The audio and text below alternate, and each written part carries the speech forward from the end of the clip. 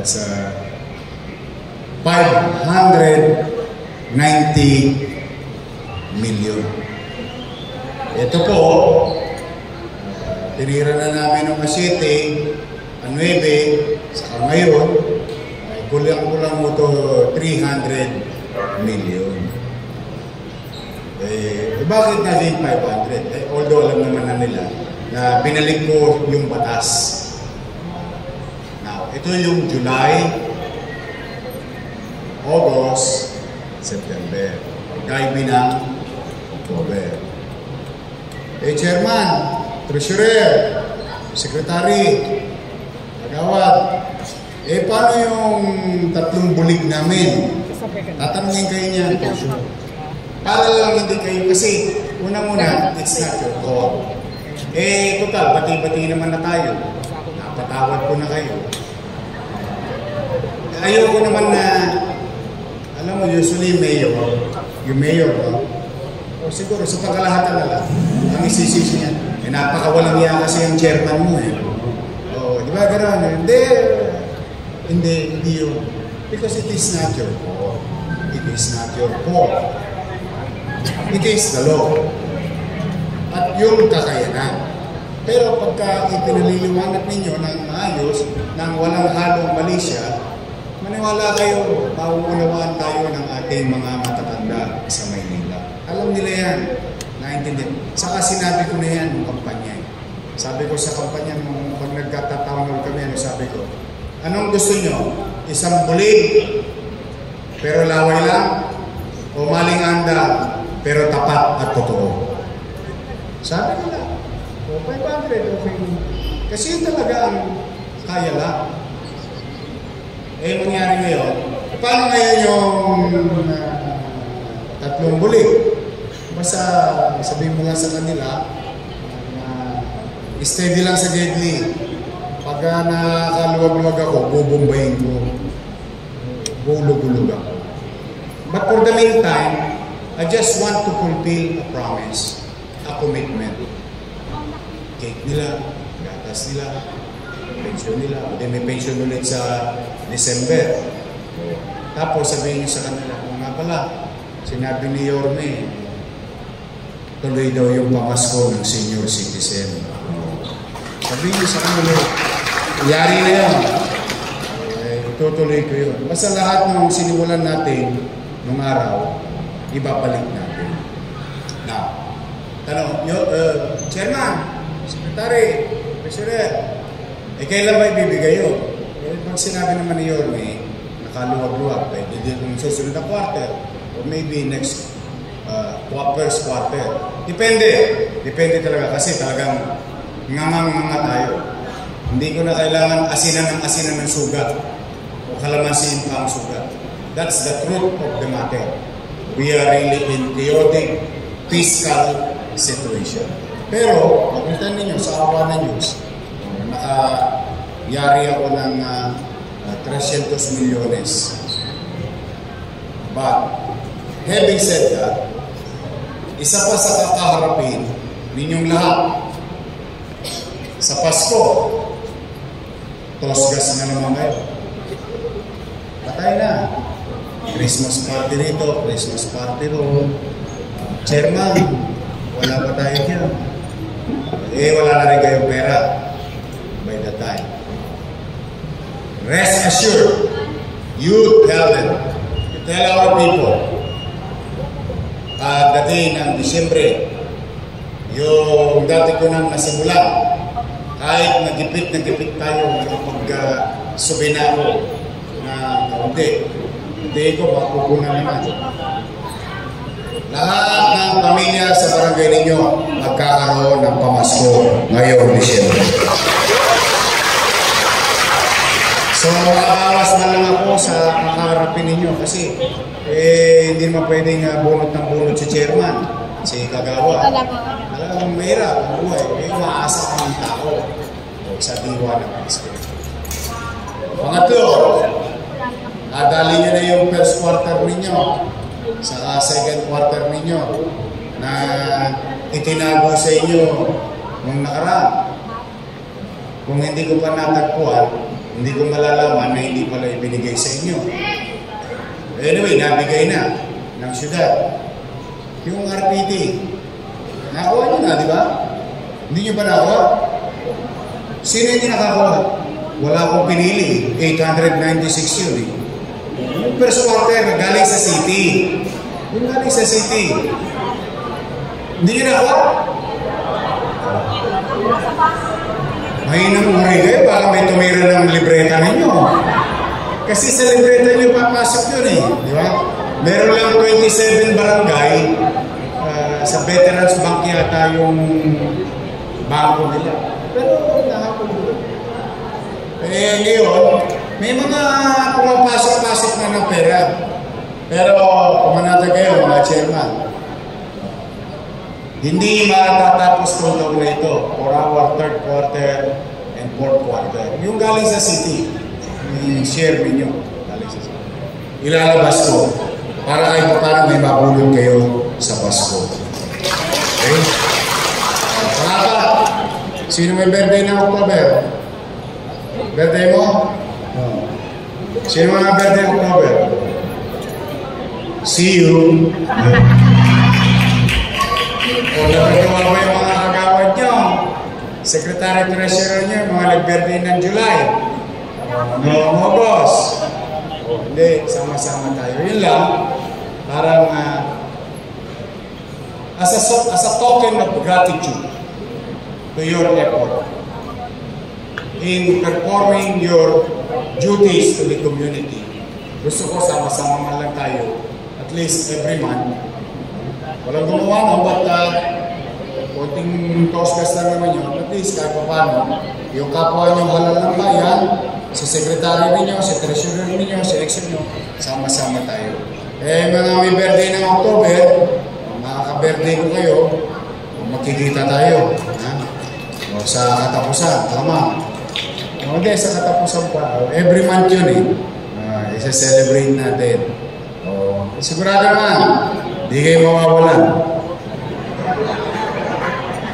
Pero magkakaroon ba yun? So, anyway, thank you sa inyo.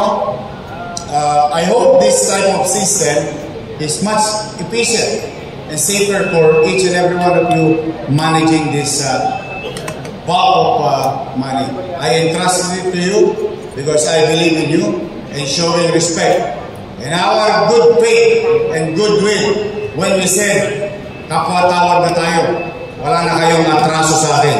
Basta lahat kayo, mamamayan ng Luzon ng Maynila at Barangay Luzon. Kaya kami kaba-kaba pa kayo. Ewan ko kung gaano kabigat yung ginawa niyong kasalanan, pero nasa sa inyo na yan. With all honesty, with so many problems of this world, kami ang pasalamat tayo sa Diyos. 2 hours ago. Yes, Jesus, thank 2 hours you. ago. Matatapos lang sa Cebu. Jesus, thank you, thank you, thank you, Ayan. Jesus. Kaya, imbes na hate, envy, o inggit, at muhi, ang ipalaganap natin sa isa't isa, nagpasya na ang tao. I think that's the best vindication to any person. Despite of everything, we move forward. Way forward. May mga ilang individual lang talagang hindi pa nakamubog. May papunta-punta pa sa Kongreso, ito tunay na liga. Ano ang ibig niyong sabihin? Sino ba nagsabi may fake na liga? You tell me, kung wala ka pa talagang katinuan sa katawan. Hindi, totoo. May mga tao talagang hindi nakakamuha. Sa totoo lang, real talk tayo. Kung mabuti yung liga sa inyo dapat yung first quarter, second quarter, kapatid nila yun. Sana binigay sa inyo. Kung hindi ko pa madidiscover, itinatago sa inyo para pagkakitaan. Nino, hindi ko alam. But it's due for you. Actually, hindi mo kailangan hingin. Dahil yun ay marapat na nasa inyo. But then again, may mga tao talagang kahit na anong ipakita mong maayos na pakikitungo, hindi ka lang talaga kursunada. But that's their life. They want a toxic life. I don't like a toxic life. Kilala ko kayo, mga mukha ninyo. Kilala ko kung sino ang akin, kung sino hindi. Pero tinitingnan ko kayo lahat ngayon as halal ng bayan, katulong ng lungsod ng Maynila. Now, if you cannot get over it, wala na akong magagawa. Ano pa ba mga gusto yung magdaing inside power ito? I mean, what else? But rest assured, ito really to. Yung iba dito, talagang pamilyar ako sa mga. Itanong nyo sa kanila. Binibigyan ko kayo ngayon ng alas. Bunutin mo yun kapag kailangan mong personal sa pamilya mo. Huwag kang mahiya. Huwag kang mahihila. But someday, somehow, you might or you may need it. Pumunta lang kayo sa akin. Baka lang kasi hindi nyo lang ako kilala ng lubos. Yung alas na yun, itabi mo sa iyo. O ngayon, yung kabarangay mo, may problema, may kakailanganin, dali mo sa akin. Huwag kayong gastos ang gastos, wala kayong pabrika ng pera. Ang puhunan nyo lang, laway, multicab, o tricycle, o kaya pamasahihan nyo, dali nyo sa akin. Tulungan natin yung mga kabarangay nyo. Lalo na yung may mga sakit. Huwag kayong mahihiya, huwag kayong mahihila. Let's move on with our lives. Okay? I'm opening it to you. Now, is there a truth on it? Tumingin ka sa kanan mo. Tumingin ka sa kaliwa mo. May karanasan sa akin yung mga yan. Ipagtanong ninyo. But then again, we need to help each other. And again, I said it already in October 8. I will say it again today. Maraming salamat sa tulong ninyo sa ating komunidad at kanya-kanyang barangay. Wala akong ma-request. Ito lang yung pinakikisuyo ko. O katulad ito, Ding, ang linis-linis ng barangay mo. Maayos, maliwalas, may gobyerno. Yan lang ang hinihingi ko sa inyo. Linisin ninyo ang inyong kanya-kanyang barangay. Dot-dotin natin ng dot-dotin. Nga ba? Ano ba ito yun? Oh, pare. So, dot-dotin ninyo yung lahat ng imbornal. Kasi, the real solution to our flooding is flood control. That's the solution. Walang ibang solution. But the problem is, there is some challenges to the existing. Kapag nagkakagulo sila sa nasyonal o tayo, inland yung mga imbornal natin. Nakita niyo yung imbornal dito? Dinungaw ko. Tamo ang lalim. Walang laman. So kapag ulan, sasalok ng tubig yan. Hindi iibabaw. So if we do it with the 896 barangay, tas maliwalas, tas panata, kahit papano. Kahit papano. Habang hinihintay natin ang pasya ng gobyerno kung itutuloy ba nila yung mga flood control project na sa tama, na totoo na. Ano tawag yan? Multong? Ano sabi ni Presidente? Guni-guni. Guni-guni, ano?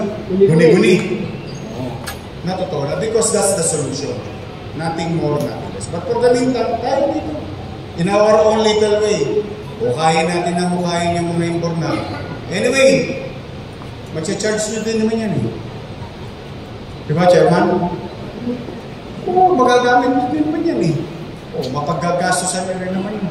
Diba? Tapos, nakakanabangan pa ng inyong mga kabarangay. So, one way or another, uhupa at uhupa ang baha ng mas mabilis. And hopefully, that someday, somehow, maayos nila yung problema sa national government. Now, I would like to inform you, lalo na kayo, sila, away ng away. Wala pa ata na pupunta, hindi ko alam kung kailan. Pero sigurado ako, ito, pare-pareho tayong taga Maynila.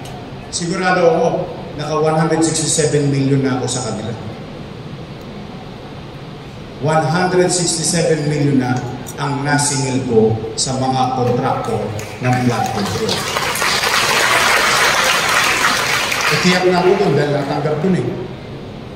Naibigay ko na nga sa PLN, o sa teacher, kahit paano. O susunod ko na dito sa senior, ayan mga utang na lang natin. Although may utang pa rin, mababawasan natin police, PWD, solo parent. Pasensya na kayo, inuuna ko lang yung mga lolo't lola ko. Kasi we will never know kung kailan. Ganyan lang eh. Siyempre may edad na yung mga matatanda ko eh. Kahit man lang sila maging priority man lamang. Ay, natuloy na ulit. Ay, may cake na ulit. Ay, may gatos na. The love. Yung binigyan ko ng sandaan. Kinagabihan. Totoo. Pero kahit walang hali yun, sinokpa ko yung ublo. Skinita, nahabol ko eh. Tapos biglang pag-diving ko ng salundang muli, ayun, ipinambayad na kagad sa kulinarya na pinahapon na. So that's my point. Kaya ko lang inuuna yung ating mga matatanda. At least, yung maiparamdam lang natin sa kanila na mahal sila ng syudad. So, maliwanag ba yung paliwanag natin sa ating mga matatanda? Huwag kayong matakot ha. Kasi wala kayong maririnig na yung mayor nyo itinuturo yung chairman. Kasalanan ng chairman yan eh. This is life. We must move on and we can do whatever we can do with the limited resources. At kung manatag kayo, makakaraos tayo. Unti-unti yan. Mapapiyahit-piyahit ko yan. And before we know it, we are fully recovered. But for now, we need to help each other. Okay? And I need your help. And I'm honest with that. And I swear to God, I cannot do it alone. I need each and every one. So muli sa inyo lahat, maraming salamat. Maraming kayo. And you might be receiving, hindi ko nasabi kanina, baka you might be receiving an executive order wherein baka pwede nyo na rin gawin sa mag-community earthquake drill na tayo.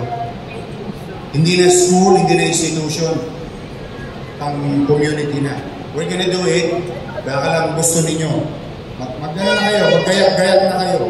Paano natin sa kanya-kanyang barangay na mag-gano na tayo, earthquake drill. Paano natin palalabasin niya 1, 2, 3, 4, 5, 6, 7, 8 houses. Paano sila lalabas? Pag-isip na kayo, pero kami pupunta sa inyo. May gagawin tayo together. Because that's the best thing that we can do for now because we will never know kung kailan. At kawawa tayo. We are dense city. Although hindi lang Manila mangyayari yan sa Metro Manila. But dahil na maagaw ang masita. So, ingat kayo. Okay, magkakasakay ka? I love you. Pwede ba ako makisuyo mamaya? Magkausap niyo yung mga senior citizen? Magkausap niyo, sabi niyo naman, I love you daw, sabi ni Yorme. Ha? Lambingin niyo yung mga lolo't lola ko. Ha? Mag-ingat kayo. Maraming salamat sa inyo. Kapalain ng mga yun. Manila! God bless. Thank you.